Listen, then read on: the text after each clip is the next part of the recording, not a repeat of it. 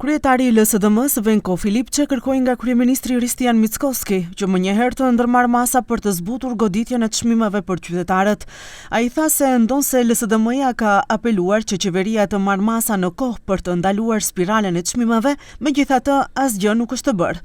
Tani refuzuat edhe propozim ligjin që dorëzuam që ka të bëjë me masat për qytetarët, sepse atyre u nevojiten ndihmë drejt për drejt financiare, ndërsa masat aktuale të qeverisë nuk ndihen nga qytetarët, tha Filipçe. Зошто не ги прифаќате мерките кои што навистина ќе дадат ефект? Еве сега имавме предлог на закони. Дали планирате сега, не после великденските празници, на луѓето сега им се потребни мерки. Кој знае како ќе биде после великденските празници, како ќе се одвива кризата. Мерки кои што ќе бидат за таргетирани групи на граѓани кои што ќе значат директна финансиска поддршка.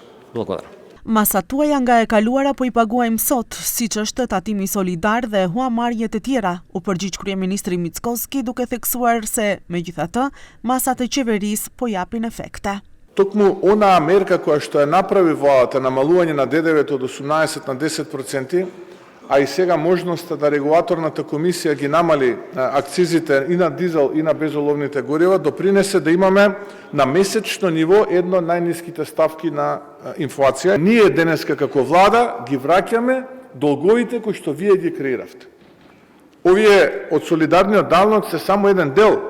Имаме 900 милиони евра што треба да ги запишеме обврзници од ваше време, 700 милиони евра обврзница од ваше време. Grupi parlamentar I LSDM-s para fillimit të pyetjeve parlamentare dorëzoi propozim ligj për uljen e TVSH-s për karburantet nga 18 në 5%, me qëllim mbrojtjen e standardit të qytetarëve dhe zbutjen e presioneve të inflacionit, por ai nuk u pranua.